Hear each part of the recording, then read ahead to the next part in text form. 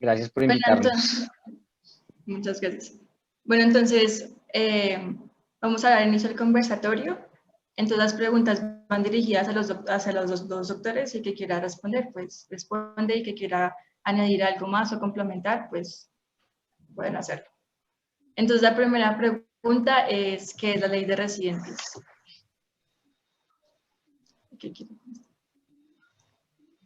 Si nos pueden dar una mini introducción. Doctora, creo que no la escuchamos. Sí.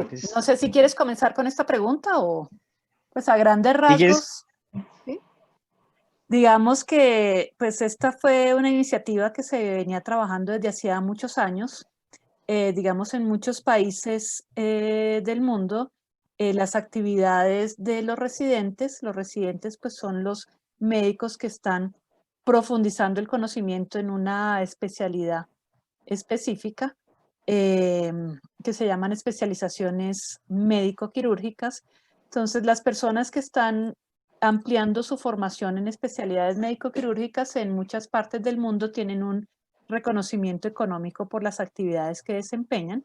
Ustedes, pues que ya han estado la mayoría, porque creo que tenemos aquí de diferentes semestres, la mayoría ya han estado en práctica clínica, pues saben que la fundamentación, la formación en medicina, pues tiene que ver con el contacto en forma precoz con pacientes a través de rotaciones clínicas en diferentes instituciones con las cuales pues se han establecido lo que se llaman convenios docencia-servicio, ¿cierto?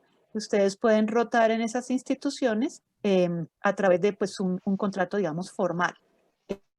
Cuando ya se está haciendo una especialización médico-quirúrgica y lo deben haber vivido ustedes con los residentes con quienes han estado, las responsabilidades son un poquito diferentes, ¿no? Por lo que ya son médicos generales y realmente están pues encargados de muchas de las actividades pues propias de atención del paciente, dependiendo de la rama donde estén. Pero implica en tiempo, dedicación pues de tiempo completo y casi que dedicación exclusiva para las actividades que se hagan a nivel de los escenarios de práctica dentro de su proceso de formación. Como este trabajo pues es intenso porque son jornadas importantes y la responsabilidad médica es grande, pues en la mayoría de los países las actividades que hacen los residentes pues tienen un reconocimiento económico. En Colombia en alguna época, hace muchos años, había habido un reconocimiento, digamos que parcial, e incluso pues algunas instituciones hospitalarias o universidades antes de la implementación de la ley 100 hacían algo de reconocimiento, pero digamos que en forma voluntaria y no oficialmente establecido por ninguna legislación. Entonces, pues obviamente desde hace muchos años había la inquietud dentro del grupo de residentes que se formalizara esta relación en cuanto a la actividad que hace el estudiante en formación de una especialidad médico-quirúrgica, es decir, el residente, que hubiera una formalización con un reconocimiento económico a las actividades que se vienen haciendo. En otros países incluso la formación de posgrado en especialidades médico-quirúrgicas no tiene costo en cuanto a inversión de matrículas por parte del aspirante, del residente, que era otro de los aspectos o es otro de los aspectos diferenciales que hay en nuestro país, que al igual que los programas de pregrado tienen costo de cubrimiento de matrículas por parte del estudiante, los posgrados en las universidades privadas y alguna proporción en las universidades públicas pues tienen costo, es decir, hay que asumir valores de matrícula. Entonces surgió pues esta inquietud desde hace mucho tiempo y se empezó a trabajar entonces en la posibilidad de que hubiera una formalización de esta relación de los residentes en sus actividades prácticas a nivel de los sitios de formación. Y pues surgieron varios pasos para llegar hasta finalmente concluir en lo que se llamó la ley de residentes. Pues hubo unas propuestas iniciales que pasaron a través de la Cámara de Representantes, del Congreso de la República, hasta que finalmente se emitió la ley de residentes que digamos que resumiendo incluía tres aspectos importantes. Digamos que un primer aspecto es el reconocimiento económico que se ha llamado un apoyo de sostenimiento a la práctica formativa del residente, un reconocimiento que es de 3 salarios mínimos en principio, ¿cierto? Por cada mes de actividad del residente, que sirva para el sostenimiento mensual, que digamos no es que sea un reconocimiento laboral como tal, proporcional al trabajo que se está haciendo, sino que lo vio la ley como un apoyo al sostenimiento mensual que debe tener el residente mientras está en su proceso de formación. Otro aspecto importante que contempla la ley, normalmente cuando ustedes hacen rotaciones clínicas, la universidad debe pagar por cada estudiante que esté en práctica y por el tiempo que esté en práctica una cuota económica, ¿sí? Es decir, ustedes van a un hospital, pero eso tiene un costo, ¿cierto? Que lo paga la universidad, obviamente depende de la matrícula que ustedes previamente han pagado, pero la universidad debe pagar una suma a cada institución de salud mientras hay una persona que está en práctica.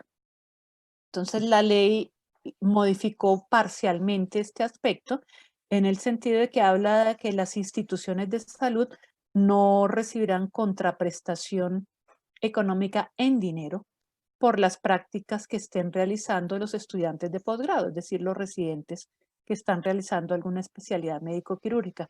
Sin embargo, al poner esta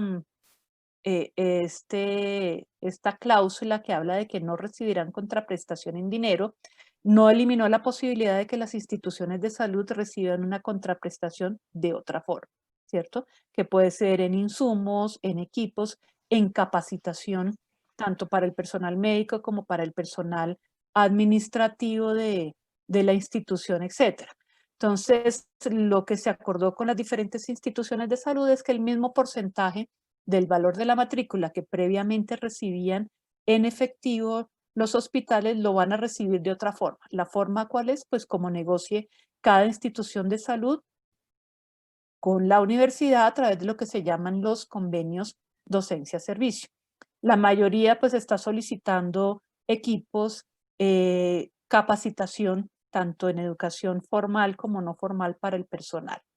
Y había otro aspecto importante dentro de la ley que hablaba o habla la ley de ajuste en los valores de las matrículas, que es decisión, el ajuste que se haga, eso es autonomía universitaria y cada universidad define cómo lo va a hacer.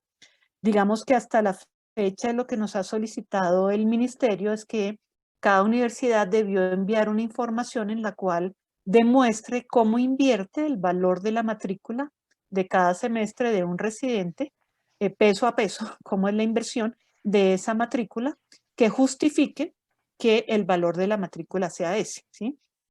Entonces se hizo una especie de auditoría o se está haciendo a cada programa y a cada facultad de medicina que oferte esos programas, evaluando todos los soportes que demuestren que la inversión del valor de la matrícula pues se ha ejecutado en su totalidad.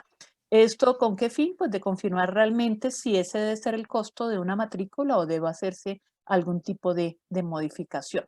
Entonces, en líneas generales, lo que buscaba o busca la ley de residentes, pues es garantizar bienestar y que el proceso de formación, pues digamos, no tenga costo o disminuyan los costos para el residente y que reciba una remuneración que no es, como les digo, por el trabajo en sí, sino que se le está dando un apoyo para que se mantenga durante los años que dure su proceso de formación.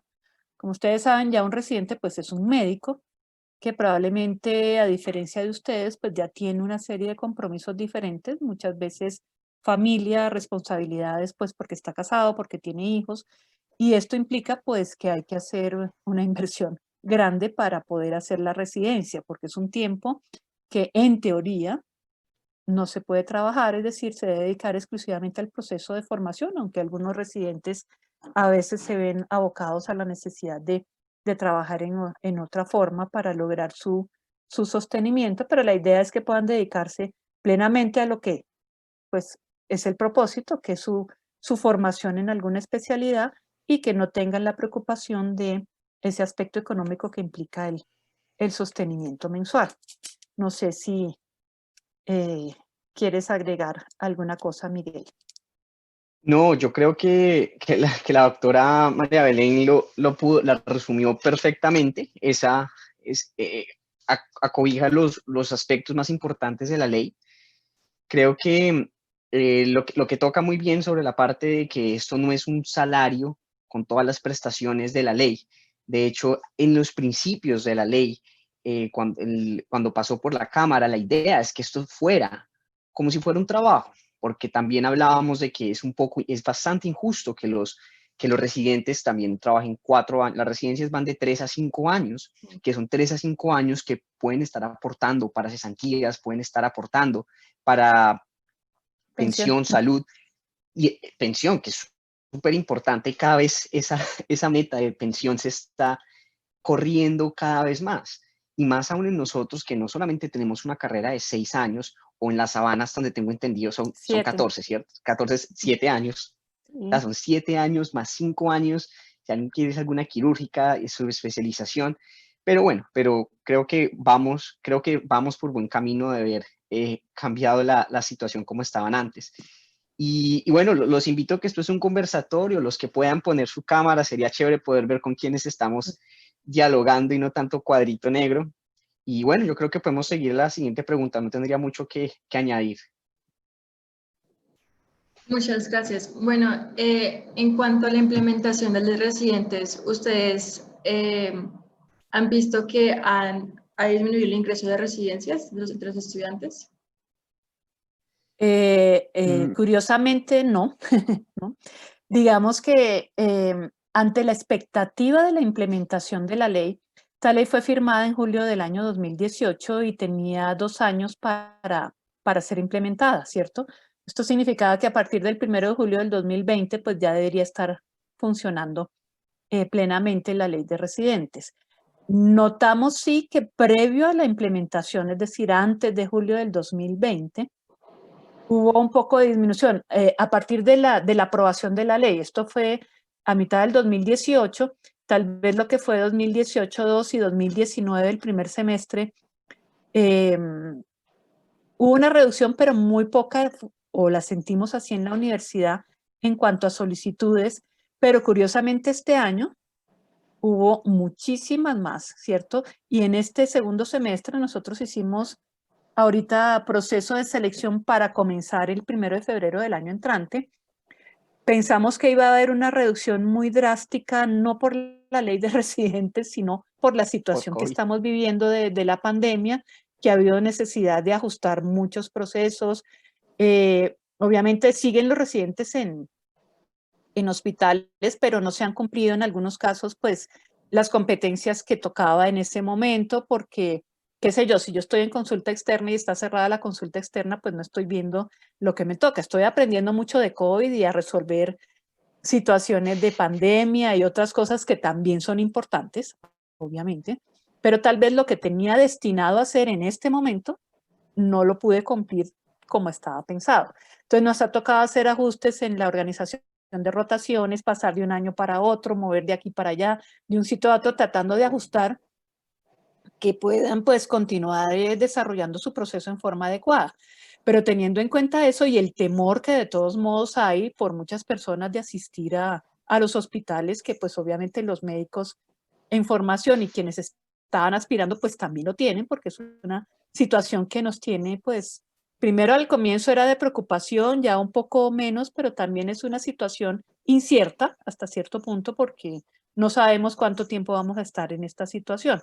Entonces, nuestra preocupación es que dijimos, no, para el segundo semestre no tendremos a nadie y ahorita que hicimos para el año entrante, pues menos, ¿no? Porque como esto empeoró, se prolongó, ¿cierto?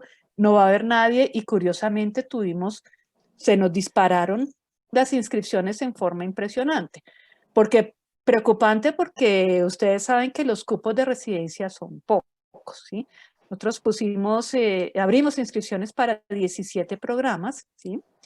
Que sumando todos esos programas eran más o menos 50, 55 cupos en total y se nos inscribieron 920 personas, ¿sí?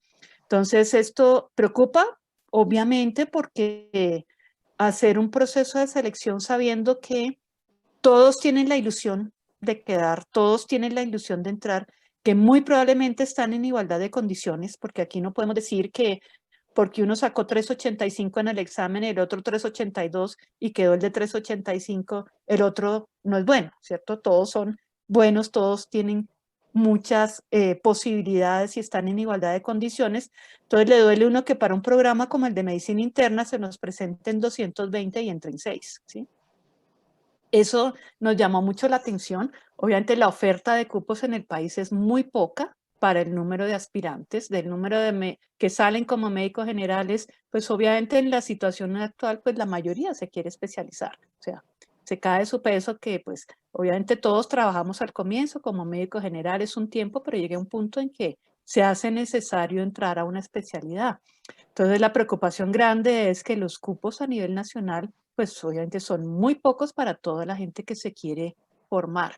Entonces, eh, con respecto a tu pregunta, Laura, no bajaron las solicitudes de, de admisión. Obviamente, no creo que haya influido en este punto la pandemia, sino lo que influyó fue que realmente a partir de julio se empezó a implementar la ley de residentes y ya ven otros horizontes. O sea, si yo llevaba un tiempo esperando a que finalmente me van a pagar y se da la oportunidad que me van a pagar, pues me presento, lógicamente, porque ya tengo por lo menos asegurado un ingreso mensual que me puede ayudar a todo este proceso. Entonces se dispararon. En nuestro caso, no sé en otras universidades cómo haya sido la situación. Sí, por lo menos sé que en la Universidad del Rosario también hubo bastantes personas que se presentaron y creo que desde que la expectativa empezó de la ley de residentes y que me acuerdo mucho en la rotación a los residentes me preguntaban, oiga, ¿va a ser para los nuevos? ¿A quién le va a aplicar? ¿Será que si yo entro a la residencia me empiezan a pagar o tengo que esperarme un poco? Yo creo que esa incertidumbre que bien habla la doctora María Belén fue muy importante en que la gente a veces pensara, voy a esperar un poco o mejor me presento una vez. Y, pero yo creo que a la larga, como estamos viendo la tendencia, esto lo que va a generar es que mucha más gente se presente a la residencia. Porque si bien aún falta bastante seguir avanzando en la parte de las matrículas, que sigue siendo mucho más alto de lo que va a ser el ingreso de los residentes, pues teniendo en cuenta que como ya estas son personas que ya tienen familia, muchos que están con las deudas de medicina, que es la carrera más costosa en Colombia. Entonces creo que eso va a cambiar la perspectiva de muchas personas y creo que con el problema que ya existe, que hay muy pocos cupos para tantas personas, yo creo que ese va a ser el siguiente reto de las universidades, cómo balancear eso, porque creo que más gente se va a querer presentar y pasar una residencia sabiendo que tienen cierta estabilidad económica, por lo menos con 3 salarios mínimos, que es pasar de pagar por trabajar gratis, que fue tanto el lema de la residencia, a por lo menos pagar por trabajar un poco. Exacto. Creo Entonces, que hay algunas personas que tienen su micrófono abierto, entonces hay un poquito de interferencia. No sé si pues pudiéramos lograr que los otros apaguen sus micrófonos. Sí, eso es cierto. Desafortunadamente, ¿de qué dependen los cupos de cada programa? Obviamente de que haya un sitio donde hacer la práctica, ¿cierto? Porque no podemos, digamos, saturar tampoco los escenarios de práctica porque eso implica menor exposición y menor posibilidad pues para los que se están formando, ¿cierto? Por ejemplo, un programa quirúrgico. Si yo tengo que hacer, no sé, 100 apendicectomías para obtener el título de cirujano y hay 100 posibilidades en el hospital, pues son mías, ¿cierto? Pero si esas 100 las tengo que repartir entre otros 10 compañeros, pues ya no hago las 100, sino que hago 10, ¿cierto? Entonces no puedo lograr las competencias. Es una situación que es muy compleja y es muy preocupante y a uno le duele realmente que la claro. situación sea así, porque hay mucha gente con ganas de hacerlo, con ganas de hacer su programa, con todas las capacidades y pueden pasar 5 o 6 años presentándose y no lo logra. Y como les digo, no lo logra no porque no sea bueno, porque todos son buenos, ¿sí? Sino Y que se que de alguna necesitan forma hay que especialistas. seleccionar y que se necesita. Y que se Que no es necesita, que nos estén faltando exactamente. especialistas, pero que se necesitan especialistas, pero que no están todos los cupos. Y como hay cada vez más universidades de medicina abriendo, ese y no todas están ofreciendo posgrados, porque los posgrados sí deben ser bastante rigurosos, claro. Que creo que eso es algo que había hablado un poco con mi decano, el doctor Quintero, el actual presidente de ASCOFAME, que están abriendo muchas universidades de medicina, y eso pues es un problema a largo plazo y no es que falten médicos, pero se tienen que abrir progresivamente con tal de que también las universidades puedan ofertar posgrados y que los hospitales también puedan ofertar eso, porque tampoco nos sirve tener muchos especialistas que estén con mala formación. De acuerdo, sí, señor. Muchas gracias. Y en cuanto, pues para contextualizar más que todos los estudiantes de primeros semestres, ¿nos podrían contar más o menos cómo es el proceso de admisión para residencias? Y si ustedes creen que se va a hacer como un examen único nacional para ingreso a residencias. Digamos que ahorita el proceso es como un poquito diferente en cada universidad, ¿no? Porque por lo mismo de que hay autonomía por parte de las universidades, pues han diseñado su proceso de selección, lo cual, digamos, eso oficialmente queda registrado cuando uno abre un programa, tanto de pregrado como posgrado, necesita un permiso, ¿cierto? Un permiso por parte del Ministerio de Educación y del Ministerio de Salud en caso de los programas que tienen que ver con el área de la salud, un permiso de funcionamiento, como decir una licencia, eso se llama registro calificado. En el registro calificado de cada programa debe quedar explícito cómo se va a hacer el proceso de selección. Quiere decir que uno ahorita no lo puede cambiar ni no se puede inventar otra cosa, sino lo que haya programado en ese documento es lo que se cumple, ¿cierto? Y cada universidad pues como que tiene sus pasos, ¿cierto? ¿Cuál es el ejemplo, digamos, en la Universidad de La Sabana? Nosotros tenemos en cuenta, en primer lugar, un examen de conocimientos que se hace, que es un examen de medicina general, no de la especialidad en la que se van a presentar, porque los que se presentan son médicos, ¿cierto? Entonces, si yo quiero ser cirujana, pues de pronto tengo inclinación y he leído bastante de cirugía y me ha gustado, pero lo que debo saber en este momento es medicina general porque soy médico general, ¿sí? Entonces, el examen es de conocimientos de medicina general. Nuestros programas tienen también como requisito un nivel de inglés para el ingreso, ¿cierto? Entonces, se debe cumplir con un nivel de inglés, que para los programas de primera especialidad es el nivel B1 del Marco Común Europeo y para los de segunda especialidad es el equivalente a B2, ¿sí? Entonces, dentro del proceso de selección, pues también hay que hacer un examen de clasificación de inglés. Por otra parte, tenemos en cuenta el promedio de notas de la carrera, ¿sí? El promedio del pregrado que cursó el estudiante. Y otra cosa que es muy importante, y por eso de una vez a ustedes que están en formación se los recomiendo, es el resultado del examen de estado. El antiguo ECADES que actualmente se llama el Saber Pro. Porque es que a veces no le dan importancia al Saber Pro, ¿cierto? Es como un requisito más para graduarme, es la costura de lo último que tengo que hacer y salgamos de esto rapidito, ¿cierto? Todo un día sentados ahí conteste preguntas de, no sé, de competencias ciudadanas, qué sé yo, todo lo que preguntan, que nada de eso me gusta y no le doy importancia. Y resulta que eso es importante, ¿sí? Para nosotros entonces tiene valor el resultado del Saber Pro, el promedio de notas de la carrera y lógicamente el examen de conocimientos que se hace, ¿sí? Con una ponderación que se hace de esos tres componentes, es decir, promedio de la carrera, examen de conocimientos y Saber 11, se saca un puntaje, ¿cierto? Y pasamos a entrevista los máximos puntajes del proceso, ¿sí? ¿Qué hacemos usualmente? Pasamos 3 veces más el cupo que tenemos. Si un programa tiene 6 cupos, llamamos a entrevista 3 veces más, o sea, 18, ¿sí? Pero en el orden de esa ponderación. Porque algunas veces dicen, yo pasé el examen de inglés. El examen de inglés es un requisito para entrar, pero no hace parte de esa ponderación, ¿sí? Que tenemos en cuenta son las otras notas y además de que tengan un puntaje alto en lo otro, que cumplan el nivel de inglés, ¿sí? Entonces muchas veces yo tengo un puntaje altísimo de pregrado, me fue bien en el examen, estoy en los puestos más altos de esa ponderación, pero no cumplí el nivel de inglés, no puede pasar entrevista. O sea, no lo puedo ilusionar en una entrevista cuando después que pasa le digo, como no tiene inglés no se puede matricular. No, no va a entrevista, ¿sí? O si está muy cercano al nivel de inglés, se entrevista y se le da la opción de que se nivele en inglés en caso de ser admitido. Pero digamos que hay universidades que solamente tienen en cuenta examen de conocimientos, otras que solo hacen una entrevista, otros que se guían por el Saber 11, perdón, Saber Pro, por el saber pro del 11 ya no, pero eso es independiente de cada universidad. Ha surgido entonces la propuesta de un examen único nacional para el ingreso a residencias.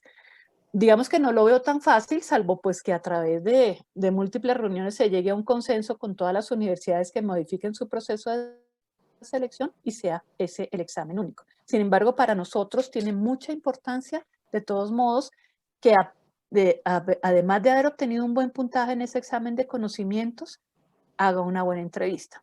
¿Por qué? Porque yo puedo ser excelente en medicina, ¿cierto? Usualmente el que es bueno para todo, dice uno, ¿cierto? Que siempre fue el mejor en pregrado, ¿cierto? Y le fue bien en el examen de conocimientos, pero de pronto no reúne el perfil de una especialidad quirúrgica, de pronto le va más bien en una especialidad clínica, ¿cierto? Por poner un ejemplo, es que yo no me decido si quiero ser cirujano de tórax. No, pues que ambos es el pulmón, sí, pero es que en el uno opero y si yo no tengo habilidad quirúrgica, pues no me va bien, pero en el otro que también es pulmón, si clínicamente tengo habilidades, pues me va mejor, ¿cierto? Entonces lo que se busca en la entrevista es afinar un poco el perfil que debe tener cada programa y si lo cumple o no, ¿sí? Porque de que son buenos porque por algo están ahí, eso sí nadie lo duda, ¿cierto? Que académicamente son buenos, pero además de eso deben reunir las condiciones de un perfil específico para que le vaya bien en su especialidad, ¿sí?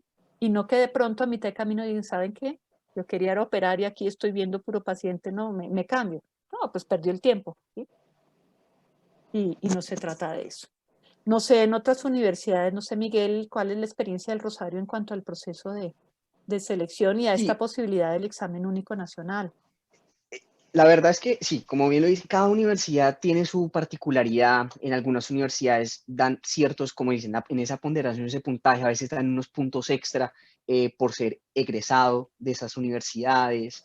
En algunas universidades, por ejemplo, se les dan prioridad a los que tuvieron grandes distinciones en cada universidad. Entonces son unos procesos muy específicos de cada universidad, que por lo menos me parece que es demasiado extenuante para cualquier persona aplicando a posgrados en Colombia, porque es adecuarse a 20 formas diferentes de aplicar a medicina interna, a 15 formas diferentes de aplicar a pediatría, a hacer 15 exámenes, que la verdad eso me parece demasiado, parece exhaustivo.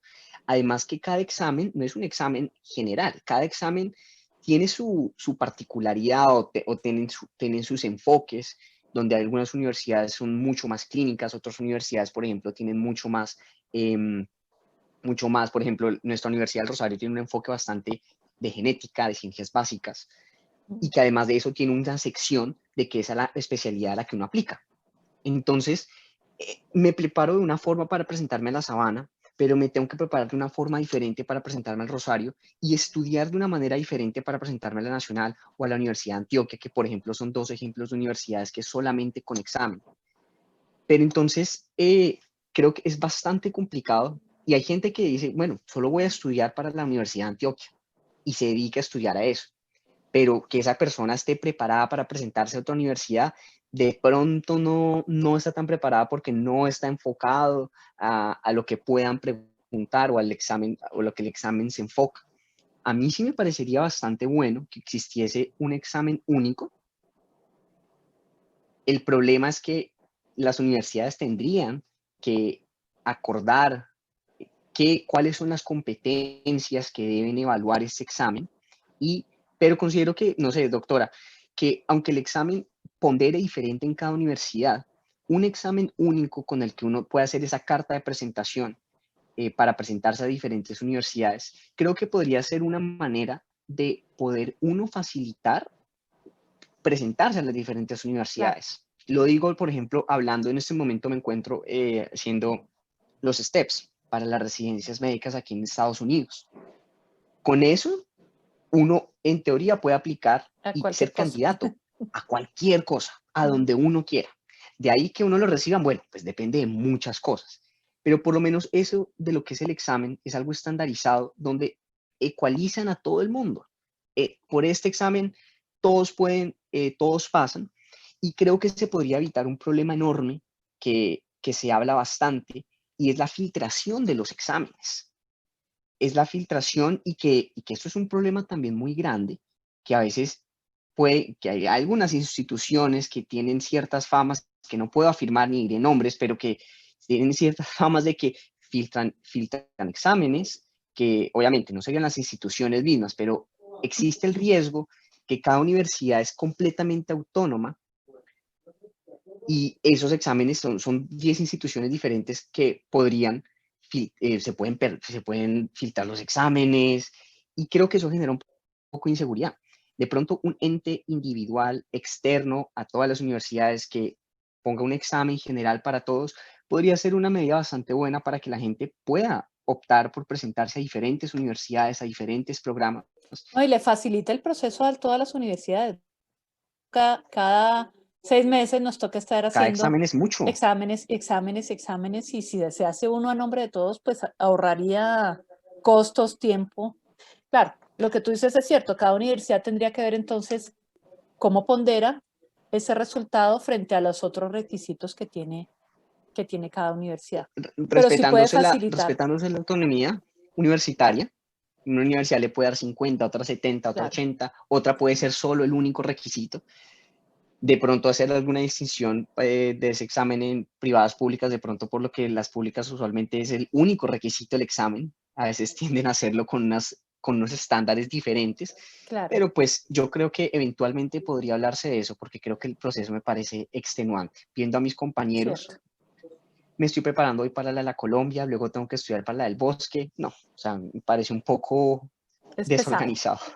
¿Y qué tan fácil o difícil ve la implementación de ese examen nacional? O sea, ¿si hay posibilidad de que se logre? Pues todo es cuestión de ponerse de acuerdo entre todos, ¿no? Pero sí, definir quién lo hace, ¿cierto? Que es la otra parte, quién lo hace, quién lo diseña y quién lo implementa, ¿sí? Pues de hecho, hace 2 años, en las reuniones con los diferentes decanos de varias universidades, se trató de dar unas guías para hacia dónde tiene que ir la educación médica. Y fue un encuentro bastante interesante con diferentes decanos para sentar unos puntos, si bien respetando la autonomía universitaria, unos puntos importantes de hacia dónde debe caminar ese médico general que queremos formar como universidades. Y si bien estos no son obligaciones ni es algo que todos deban hacer, es bueno que se siente una base para dónde va la educación en pregrado. Eso me parece que es un buen paso. Creo que muchas universidades lo están empezando a adoptar. Y a medida que esto vaya y que se pueda homogeneizar un poco, sin dejar de lado el enfoque de cada universidad, podríamos llegar a tener algún día de pronto un examen unificado.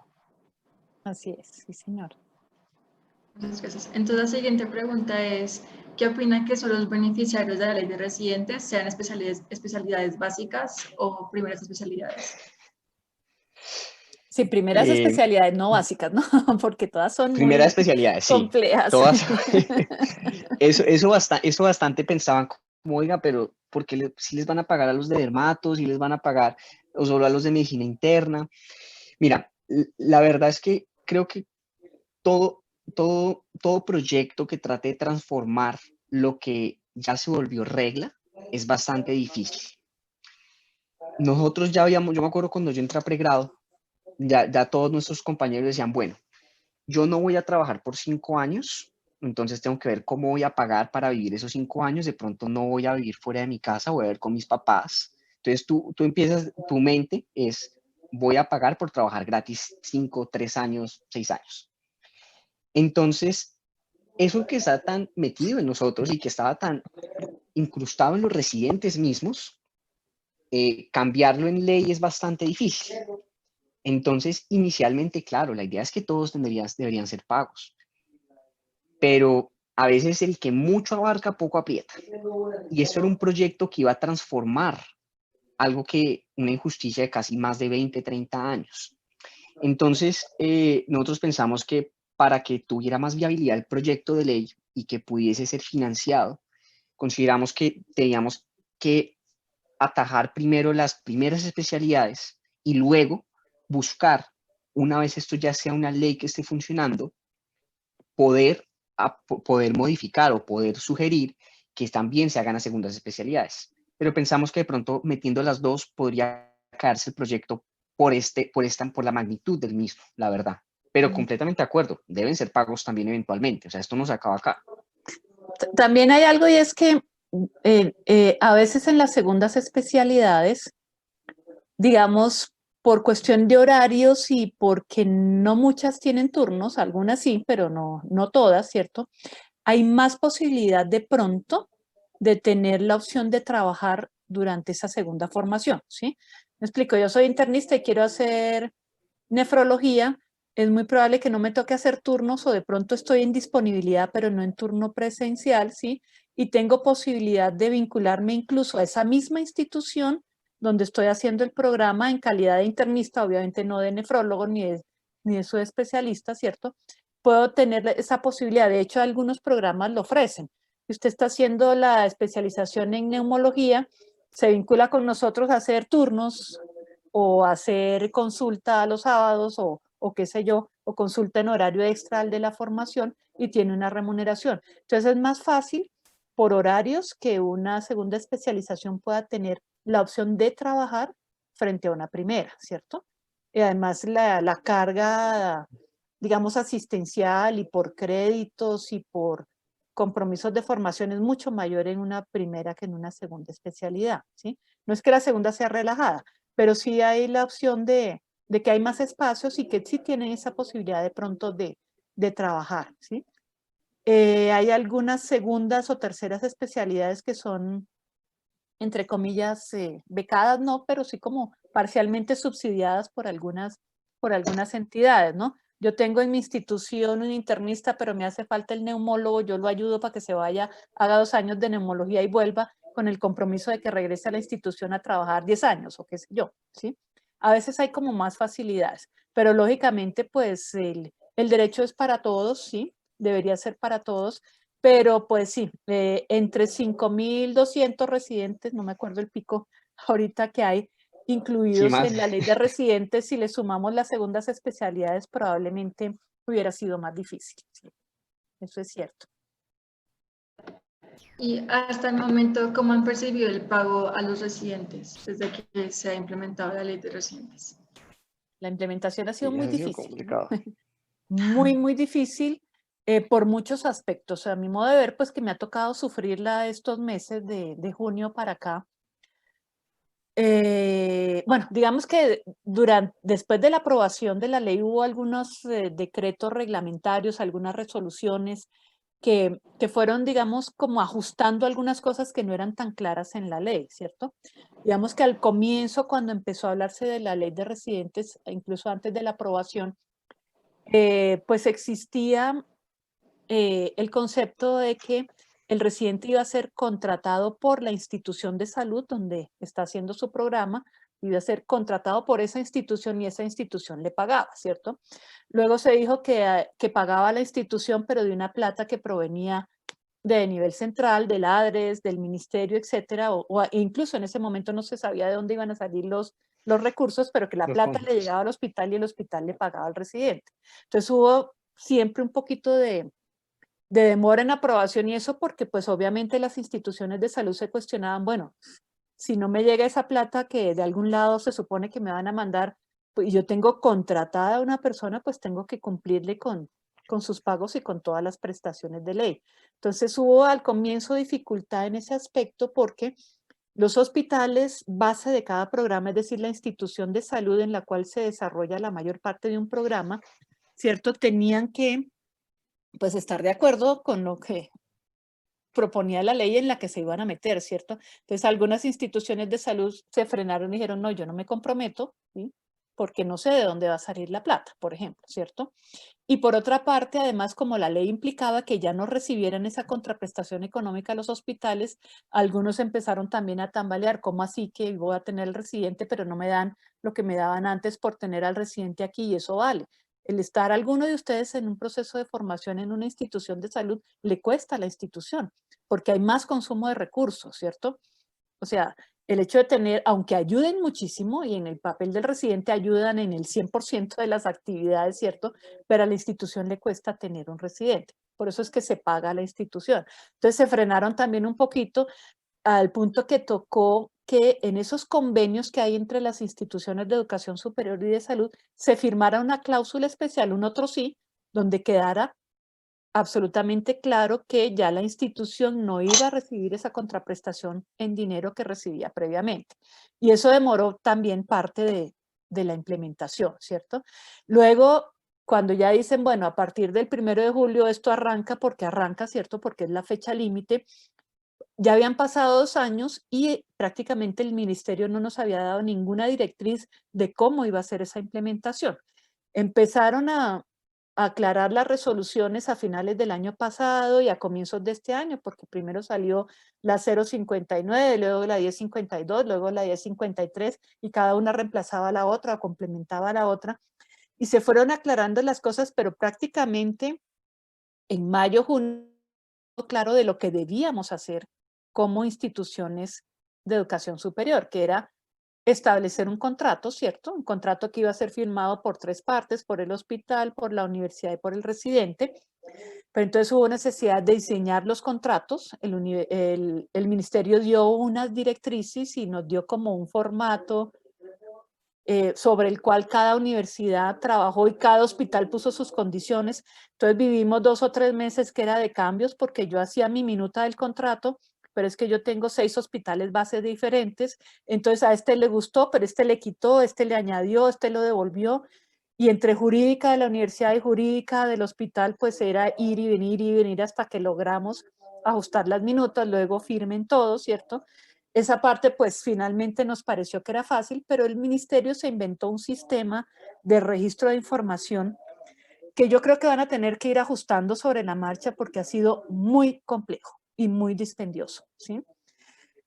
Entonces, claro, pues hubo una serie de capacitaciones, pero creo que ni los mismos del ministerio entendían lo que nos estaban capacitando porque no es que ya no lo haga así ahora de esta forma. El hecho es que hay que cumplir como 3 procesos mensualmente o al inicio de cada programa y otros mensualmente para que se dé ese pago, ¿cierto? Entonces, al comienzo de la residencia, pues el residente tiene que firmar el contrato. En ese momento, pues en julio lo firmaron los viejos y los nuevos, porque la ley cubría tanto a los que empezaban residencia en ese momento como los que ya estaban por el tiempo que les haga falta para terminarla. Entonces, firme todos los contratos. Cada residente tenía que enviar una constancia de la cuenta bancaria que tenía, pues con todas las especificaciones para que ahí le giren. Y además teníamos como universidad que dar una constancia de que el alumno estaba matriculado, ¿cierto? Entonces eran como los 3 primeros documentos de cada residente. Y eso multiplicarlo por el número de residentes que cada institución tenía.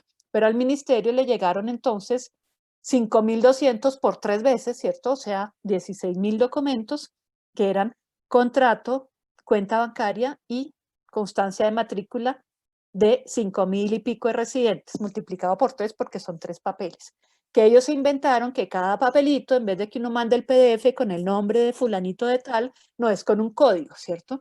Con un código que empieza con el NID de la universidad, luego una letra, luego otros números, luego la cédula, etcétera. Pero en ese ir y venir, ellos también cometieron errores, por ejemplo, cosas muy sencillas. Hay cuentas bancarias que empiezan por 0 o 00 o 000, ¿sí? La primera instrucción que nos dieron, entonces, en esa marquilla que le ponen a la constancia de la cuenta bancaria, quiten los ceros a la izquierda porque los ceros a la izquierda no valen. Se quitaron los ceros a la izquierda, ¿qué resulta? Que van a pagar y la cuenta no existe, ¿no? Porque la cuenta empieza por 0. Si no es así, es otro número. Y muchas cosas por el estilo. Entonces, al comienzo, pues mande todos esos papeles. Los 3 primeros días del mes uno manda eso y además hace como una planilla donde están todos los residentes, ¿sí? Con su información básica. Entonces, si alguien más ingresa, pues lo mete ahí, si no, la planilla sigue vigente todo el tiempo. Luego de eso tiene que mandar lo que se llaman las novedades, y novedades es si hubo una incapacidad, si aplazó semestres, si se graduó, si le dio por retirarse, cualquier cosa. Entonces, mande la constancia de que hubo alguna novedad en ese mes. Entonces, eso se manda hasta el día 7, ¿sí? Pero primero tienen que revisar lo primero que mandamos y aprobar que estaba bien. Una vez aprobado, le abren el sistema y manda las novedades con sus soportes. Una vez aprobadas, entre el día 14 al 16, ya no me acuerdo, entonces manda lo que sería como una nómina, ¿sí? Que es una planilla donde está residente por residente, si trabajó el mes completo, entonces 30 días, y el sueldo cuánto da, porque uno mismo como universidad tiene que poner el sueldo, ¿no? Son 3 salarios mínimos, pero tiene que poner a lo que equivale 2.600.000 no sé cuántos mil pesos en cada residente. Entonces, que faltó 5 días porque estaba incapacitado.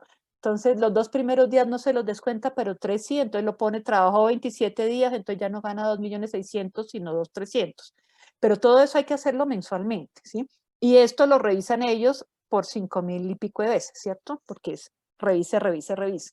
Entonces, en la sola revisada, ellos se gastan un jurgo de tiempo, a pesar de que todo lleve el código, el no sé qué, que tengan los soportes. Mira, a estas alturas todavía están revisando cuentas bancarias que se pasaron en julio, ¿cierto? Y conformando veracidad de las cuentas, esa cuenta no existe. Entonces uno se pone a ver, no, pero aquí está la constancia que yo le mandé, que dio la vivienda de Pepito Pérez, donde dice que la cuenta es esa. Bueno, vuelven y revisan. Entonces esto ha sido una locura. Por presión que han ejercido, y con toda razón los residentes, pues se logró que en septiembre pagaran julio, que un poquito más adelante pagaran como el 80% de agosto, ¿cierto? Pero hoy a 20, ¿qué estamos? A 19. 19 de A noviembre. 19 de noviembre hay residentes que no han recibido agosto y ninguno ha recibido septiembre ni octubre.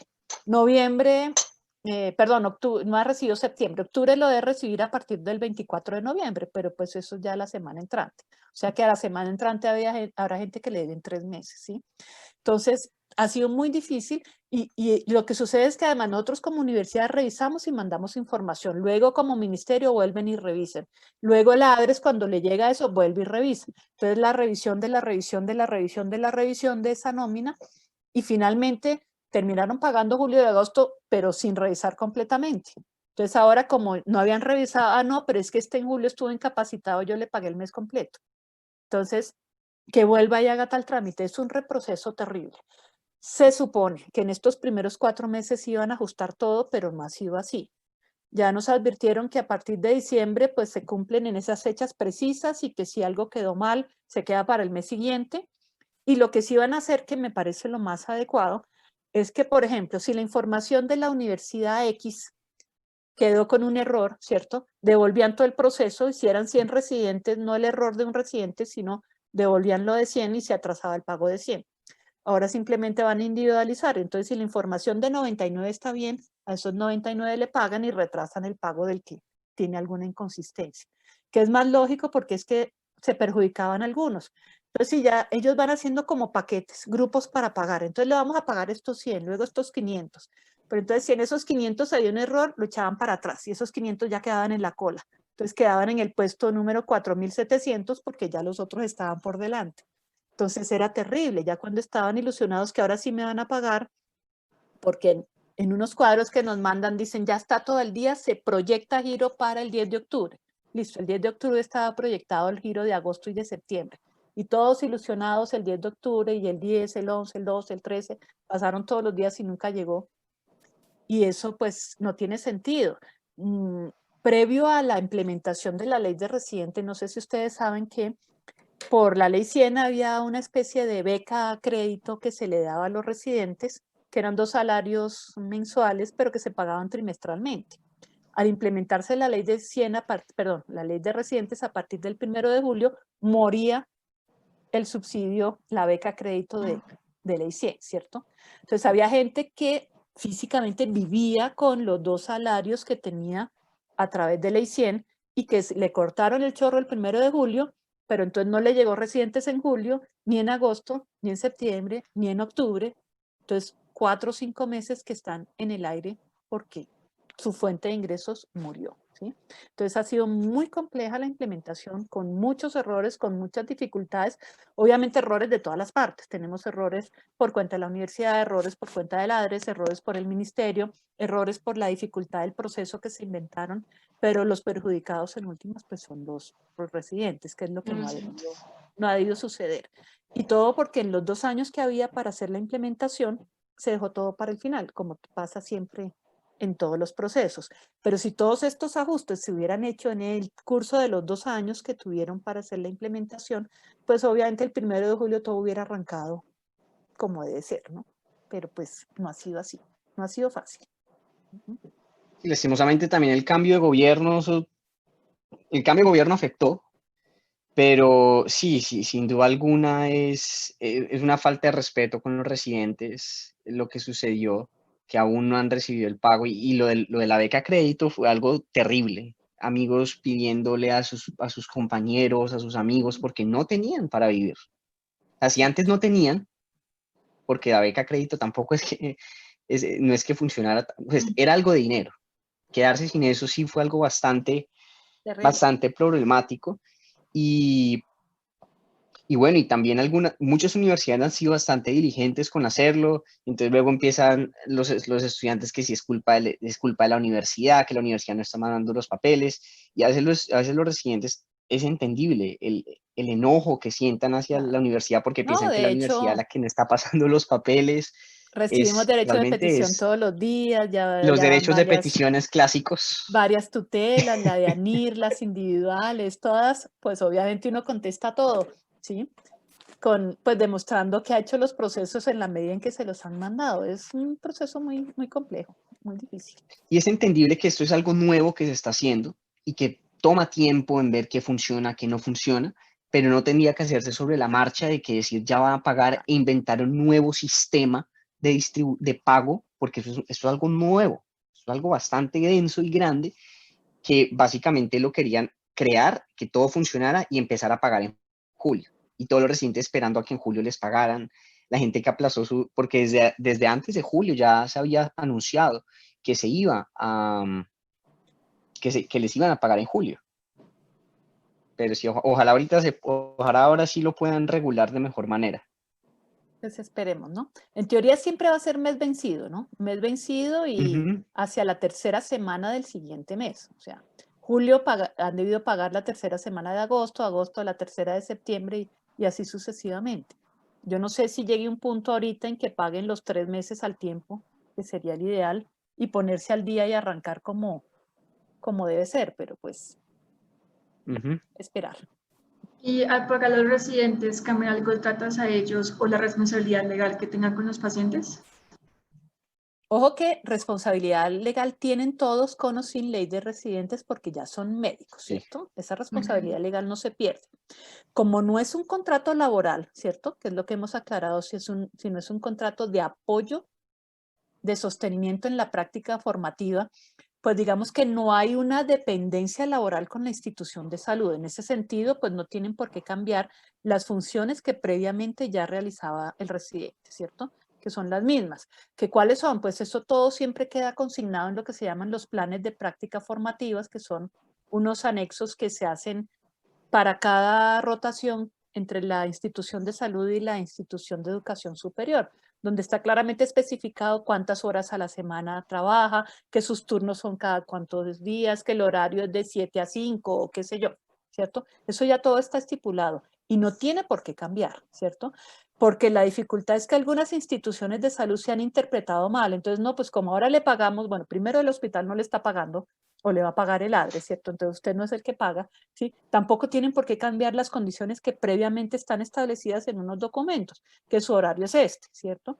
Desafortunadamente tenemos previo a esto pues una resolución que habla de que el máximo de horas trabajadas por semana son 66 a nivel de estos programas de especialización. Pero muchos teníamos en nuestros programas unos horarios específicos que nos daba, qué sé yo, 40 horas a la semana o 45 o 50, casi que nunca llegábamos a las 66 programadas. Pero ahora muchas instituciones dicen, no, es que usted tiene que estar 66 porque eso dice la ley. No, eso dice que es hasta 66, pero en el contrato de práctica formativa que tenemos dice que son 45, pues son 45. No es que uno no se quiera pues quedar trabajando más tiempo, de hecho si está en una cirugía pues no se va a salir, si le llegó el traumatizado a la hora de entregar turno pues lo atiende, qué sé yo. No se trata de evadir responsabilidades, pero tampoco que sea al revés, ¿no? Que les quieran exigir más de lo que realmente ya estaba planteado. Porque muchos dicen, es que como ahora les pagan, pues tienen que hacer, no. No les están pagando un sueldo, le están dando un apoyo para que se mantengan durante la residencia, pero la responsabilidad es igual a la que estaba previo a la ley de residentes y depende de cada programa y de cada convenio que se haya establecido con la institución. Pero en cuanto a responsabilidad legal, son médicos. A pesar de que están en proceso de formación para una especialidad, tienen responsabilidad médico-legal. Eso debe quedar claro. Listo. La otra pregunta es, ¿cómo creen que la ley de residentes se va a sostener en el futuro y creen que es factible que se sostenga? Pues esa es como una bolita de cristal, ¿no? Porque eso sí no lo puedo decir yo. Se supone que cuando se dio ya pues la aprobación final de la ley es porque se tenía presupuestado, ¿cierto? El Ministerio de Hacienda dio también aprobación, no es solamente el Ministerio de Salud. O sea que dentro del presupuesto está contemplado una cifra determinada, que son los cálculos del número de residentes por los 3 salarios mínimos, una cifra anual que debe estar protegida para ese pago. Pero pues esto es algo incierto, ¿no? Porque estamos en donde estamos, ¿sí? Y las finanzas pues no las manejamos directamente nosotros, ¿sí? Pero pues sí quedó claro ya en que el que paga es el ADRES. Ahora, ¿de dónde consiguen los recursos el ADRES? Es decir, la pregunta. Sí, de hecho, cuando se estuvo haciendo el presupuesto general de la Nación, la autora del proyecto de ley, Sara Piedrahita, de hecho, pues hizo conocer esto. Entonces, ojalá no tengamos que estar cada año velando que ojalá lo aprueben, porque es algo que Exacto. debería pasar de facto, pero como esta es la primera vez, pues pasó. Esperemos qué sucede el otro año, pero yo asumiría que no, creo que esa es la parte importante de que tanto las universidades como nosotros como estudiantes y residentes, creo que toca estar encima cuando se tenga que aprobar el presupuesto general de la Nación, que esto no lo vayan a sacar y que siempre esté. Digamos, creo que esa es la importancia de la veeduría y del liderazgo, que por eso me parece muy chévere que estén abriendo estos espacios, porque no es que la ley existe y ya. La ley, miren que casi no se implementa, estuvo muy demorado, y si nosotros, los que más nos importa a la larga es a nosotros como futuros residentes. Entonces creo que de que se mantenga depende en gran parte de nosotros, la verdad. Gracias. Y una pregunta que hicieron muchos pues, estudiantes era, con la implementación de la ley de residentes, ¿creen que se pueda extrapolar a los internos? Ups, eso ya son otras palabras. Eso de hecho, bueno, primero, creo que incluso hubo alguna propuesta en esta transformación de la educación médica que les comentaba. Hubo un tema bastante álgido que fue: ¿el internado es pregrado o debería contarse como un estadio de que ya se acabó la carrera, pero es con una licencia con supervisión? Como uno es como interno, pero ya realmente con salario o con un pago, y con ciertas libertades para formular, para poder hacer ciertos procesos acompañados. Y creo que eso es bastante, a mí me parece que sería interesante probarlo en Colombia. Sería muy chévere porque el año del internado en muchos hospitales, y creo que se depende mucho de los hospitales, hay hospitales donde se les da demasiada libertad a los internos. Incluso creo que mucho más de lo que está en el papel o lo que se le dice que debería ser los internos. Creo que las instituciones entre más serias son académicamente, digamos, hospitales ya, no sé, digamos, viene a la cabeza la Fundación Santa Fe, comparado con algunos hospitales, por ejemplo, públicos, la diferencia, y eso es lo que nosotros hablamos como estudiantes, como, oiga, es que uno de pronto a veces tiene más libertad como interno. Eso, si bien viene a ser interesante para aprender, creo que es un poco riesgoso cuando hablamos de la parte legal y de la responsabilidad. Entonces, creo que si al interno le van a pagar, creo que la discusión antes de que si le pagan o no es saber si esto va a ser algo de pregrado o de un estadio posgradual. Creo que esa sería la primera gran pregunta. Y aquí viene lo mismo: ¿de dónde salen los recursos? La verdad, creo que también los recursos son limitados, y creo que a mí me parece que sería un poco difícil pagarles a los internos, más que si estamos hablando de residentes que son 5.000. No tengo en mi cabeza cuántos internos son, pero hay Más. serían, no sé, serían muchísimos, muchísimos más. Sí. Yo Y, lo veo difícil, ¿no? y con un pago vienen muchas responsabilidades. Ah, Entonces, yo creo que la pregunta primero sería como, ¿deberíamos contarlo como algo posgradual o no? Antes de mirar si se les paga o no, Y de la hecho, verdad. no, digamos, tal como está establecido actualmente, es pregrado, Sí, ¿no? A pesar de es todas las pregrado, responsabilidades que correcto. tiene, ¿cierto? Es pregrado. Ujú, Es pregrado porque además, digamos, la responsabilidad legal sí es diferente, ¿cierto? Entre un residente y un interno, exacto. porque al no estar en el rectus, pues al no estar formalmente inscrito, eh, pues no tiene esa responsabilidad así la haya asumido, ¿cierto? Porque ya sabemos que en muchos sitios, incluso en hospitales donde se hacen rotaciones como ruralitos o parte del internado en hospitales Sí, regionales o más pequeños, tienen muchas responsabilidades a veces, no asumen prácticamente el manejo como si fuera el médico hospitalario o médico rural, ¿no? Pero no tienen, o sea, no lo deberían asumir porque desde el punto de vista legal no están protegidos, ¿sí? Esa es la cuestión grave. Yo no lo veo tan fácil. Ahora, esto pues ha cambiado en el tiempo, ¿no? Yo hice mi internado, bueno, ni les digo hace cuánto, pues, para que no se asusten, hace muchos años, hace 35 años, sí, y a mí me pagaban de interno, ¿sí? Era algo, pues, no muy representativo, pero no, pues eso, la ilusión de que a uno le llegaron 3 pesos algún día cuando todavía estaba de estudiante, pues eso fue emocionante, ¿no? Y nos pagaban. No sé cómo era la legislación en ese muchísimo, ¿sí? Yo hice 6 meses en Tunja y 6 meses en el Hospital San Ignacio y nos dieron nada. No fue mensual, pero cuando terminamos Tunja, a los 6 meses, que fue en diciembre, nos llegó un chequecito, dije, bueno, qué emoción.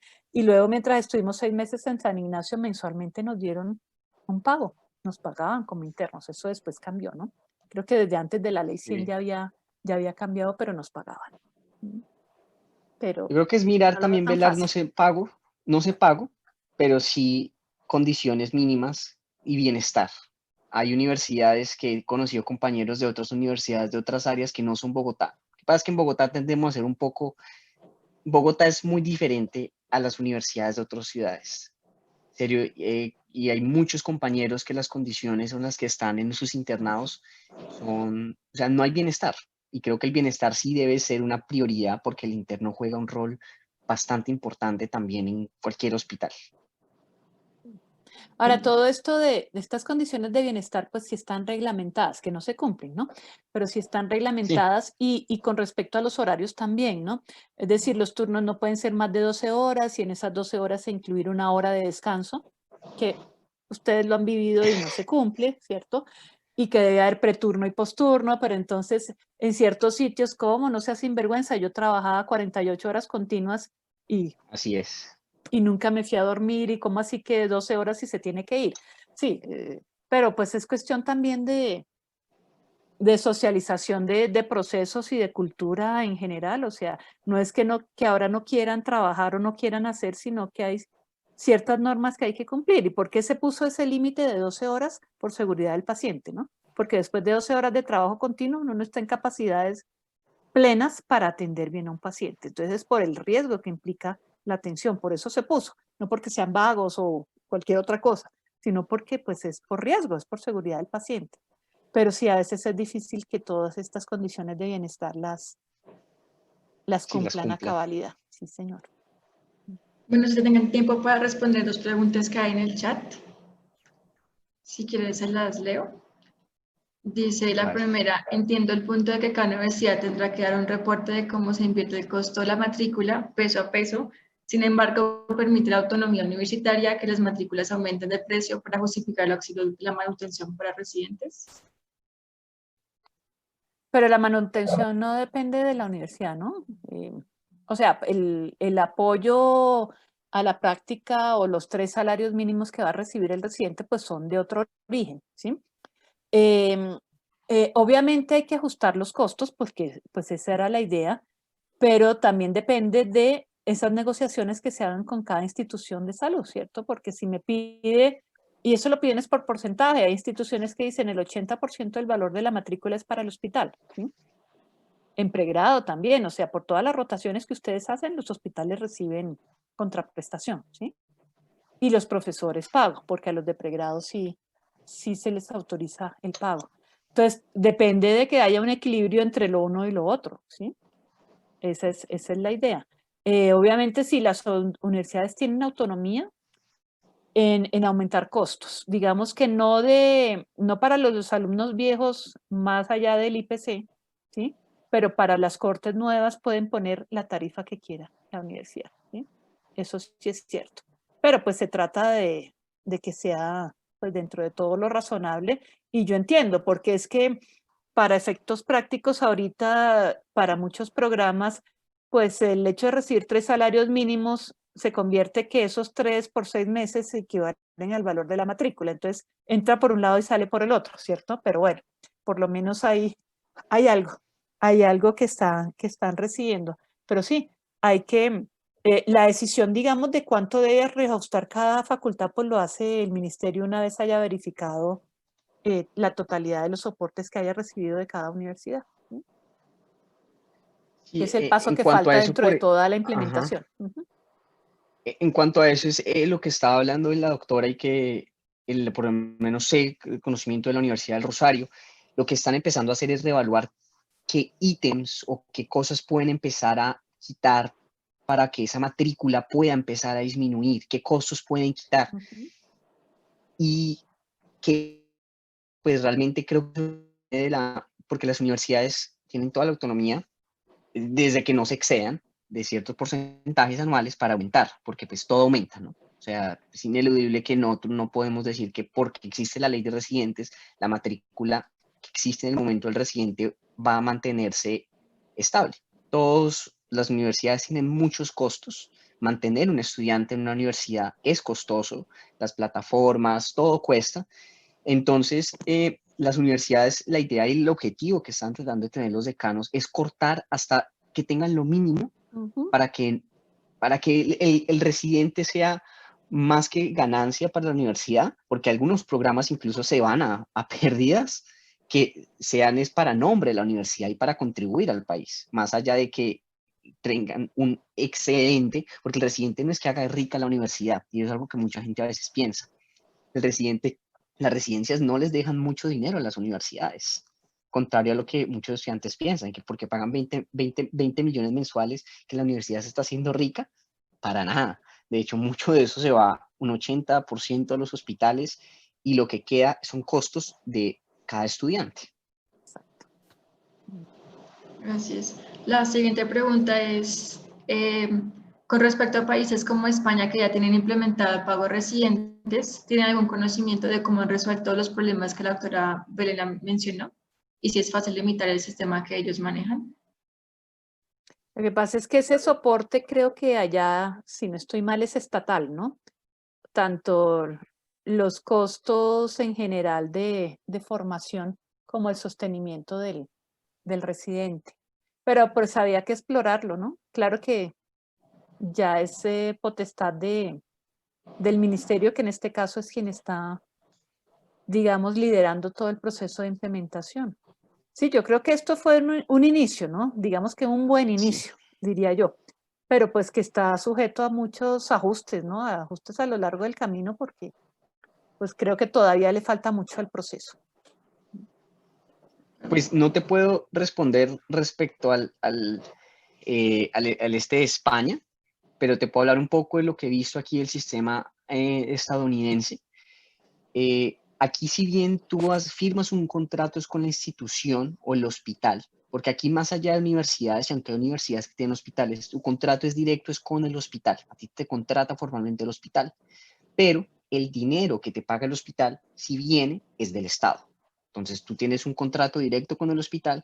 La diferencia es que la mayoría de rotaciones que tú haces son en tu hospital base, casi todas. A diferencia, creo que eso era un problema que hablábamos al inicio cuando estábamos formulando la ley, era quién paga, cómo se contrata. Es que las rotaciones en Colombia, y creo que en casi todas las especialidades, hospital, meses en otro hospital, rotan bastante. Entonces, tener una relación de contrato con un hospital se vuelve un problema terrible. No te van a hacer un contrato cada 2 meses. Y eso también cambia la forma en cómo se enseña y cómo se aprende, como nosotros aprendemos, que aprendemos en 3, 4, 5 hospitales. Pero sí, creo que es un buen inicio que ya existe por lo menos un eje central que va a distribuir el dinero. Me parece que las universidades son las más adecuadas para recibir, para ser mediadores de este proceso, para evitar que se fugue este dinero de pronto de algunas instituciones hospitalarias, dado las lamentosas noticias que recibimos casi a diario de muchas instituciones de salud. Entonces creo que es un buen inicio. Bueno, Pasa también en otros países que hay algunos programas que son certificados por el mismo hospital, ¿no? A diferencia, digamos, acá las certificaciones de las especialidades médico-quirúrgicas las hace una universidad, independientemente de que el programa se desarrolle Perfecto. en alto porcentaje o incluso en el 100% en una sola institución de salud, ¿sí? Pero la Así es. certificación la da, o el grado, pues el título lo expide una universidad. Hay otros países en que lo expide un hospital, entonces yo me matriculo en el hospital, no sé, San Juan del Camino, ¿cierto? A hacer 3 años de medicina interna y es el mismo hospital el que me expide el título y estuve los 3 años allí. Por eso la contratación a veces es directa de la institución de salud con el residente, porque todo el tiempo está ahí, además va a ser el que va a certificar su proceso de formación, ¿sí? No hay Correcto. intermediación de una universidad en algunos casos. Y como casi no tenemos hospitales universitarios, ese es otro. Para allá tenemos que, digamos, creo que todo eso es un proceso. Y ahí vamos en que cada vez se vuelva Claro, más pero estructurado ahorita todo. cuando sean universitarios no pueden certificar títulos, ¿sí? Ah, sí, sí. No, aún no. Sí. Digo que Ese a es un futuro paso, podría digamos, ser algo volverse universitario será un paso y llegará un súper momento en que paso. van a despedir los títulos, pero todavía no. Sí, Pero casi todavía necesitan la universidad. correcto. Listo, y la última pregunta que es para el doctor Miguel. Dice, si considera que los hospitales o las mismas entidades estatales están incurriendo en un error estructural o de manejo de personal en términos de contratación, esto con base en lo sucedido con las subespecialidades, pues se dificulta mucho adquirir empleo. Y por último, saber si se puede influir, si esto influye en que los residentes no siguen estudiando.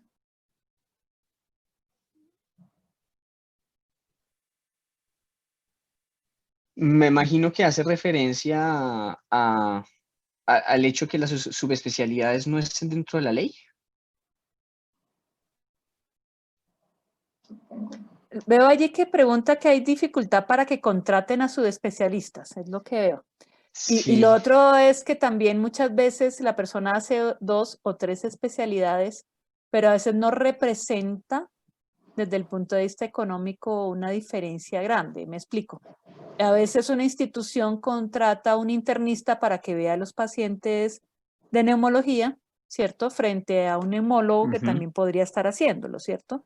Y termina entonces, para muchos no justificando, meterme a una segunda especialidad cuando de pronto, pues voy a mejorar en conocimiento, por supuesto, y esa es parte de la intención de pero el hacerlo, ingreso no. pero de calidad de vida y de ingreso de pronto no hay mucho cambio.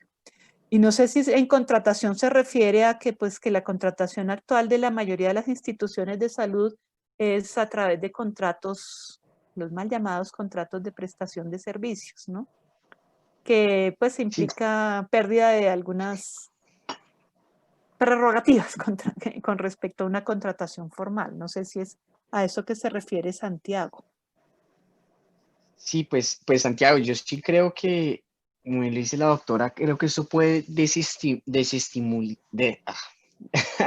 Desestimular. que mucha gente no quisiera, sí, o sea, a que mucha gente quisiera, sobre todo en algunas especialidades, que no quiera subespecializarse.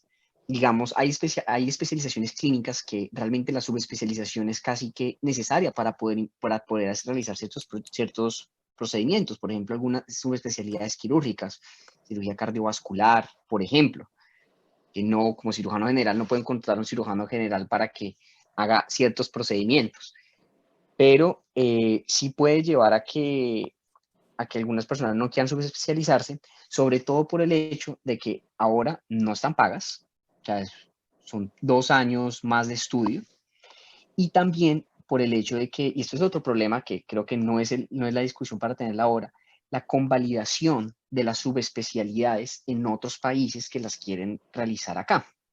Creo que eso es también ese es otro problema, me parece importante en cuanto a la contratación, porque hay, por ejemplo, en España hay especialidades que son directas. Hay gente que pueden ser endocrinólogos sin ser internistas o cardiólogos, pero cuando van a Colombia, entonces quieren convalidar el título como endocrinólogos o como cardiólogos por tener ya sus certificados, pero no han hecho medicina interna. Entonces, creo que ahí viene el problema de la contratación y de los gremios, que me parece válida, los gremios que, pues, estos son los requerimientos en Colombia para tener cierta especialización y poder actuar como neumólogo, como endocrinólogo.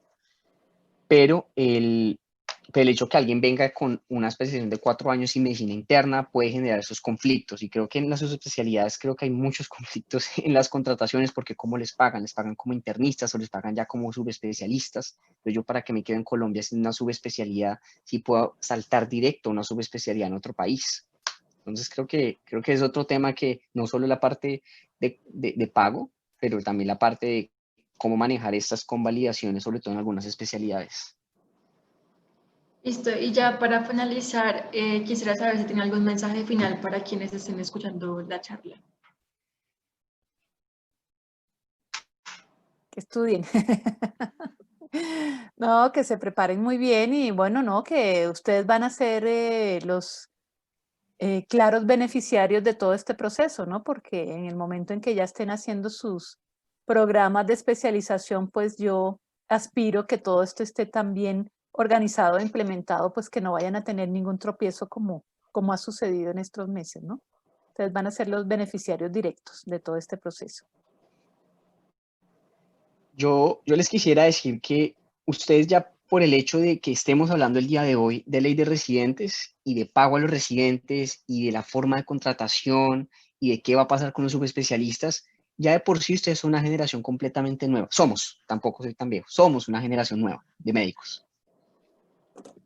Porque era algo que ya nos habíamos acostumbrado, a no ser pagos, a pagar gratis, a pagar por trabajar gratis. Entonces creo que esto es también una enseñanza para todos ustedes, de que las cosas no debemos aceptarlas por como son, pero como deberían ser. Hay muchos referentes, y Colombia es un gran país, pero hay muchos referentes también internacionales de los que podemos aprender, donde los residentes, donde los médicos tienen mejores condiciones laborales, mejores condiciones para investigar. Y el talento colombiano me parece espectacular. Realmente nada que envidiarles a la formación en otros países. Lastimosamente, se ha venido en detrimento nuestras condiciones laborales, nuestras condiciones académicas. Entonces mi mensaje sería: miren cómo estamos hoy, de que ya les están pagando a los residentes. Y estoy seguro que muchos de ustedes no van a aceptar trabajar gratis en una residencia. De eso se los puedo asegurar. Y que esto sea una enseñanza de que muchas cosas pueden cambiar que pensamos que son difíciles. Esto me parece un espacio muy bonito y muy agradable, que ojalá lo sigan haciendo. Y así como se pensó una vez como es injusto que a los residentes no les paguen, que ustedes también el día de mañana digan: ¿cómo es que al médico le están pagando solo por prestación de servicios? ¿Qué es esto? Y mirar cómo podemos ir transformando nuestras condiciones como médicos. La verdad, sería como mi mensaje para todos ustedes. ¿Qué es el siguiente paso? ¿Cuál es la siguiente ley de residentes? Bueno, entonces, doctores, muchas gracias por acompañarnos el día de hoy. Todo fue muy claro y creo que todos pues pudimos aprender un poco más sobre la ley de residentes y pues cómo interesarnos más en el tema y tener un poco más de optimismo pues para el futuro de nosotros aquí como residentes, futuros residentes. Así será. Muchísimas gracias a ustedes por la invitación. Muchas gracias. Un gusto, doctora María Belén. Muchas gracias a todos. Lo mismo, Miguel. Y gracias a todos. Muchas gracias. Tengan un feliz resto de día. Muchísimas gracias, doctores. Hasta luego. Hasta luego.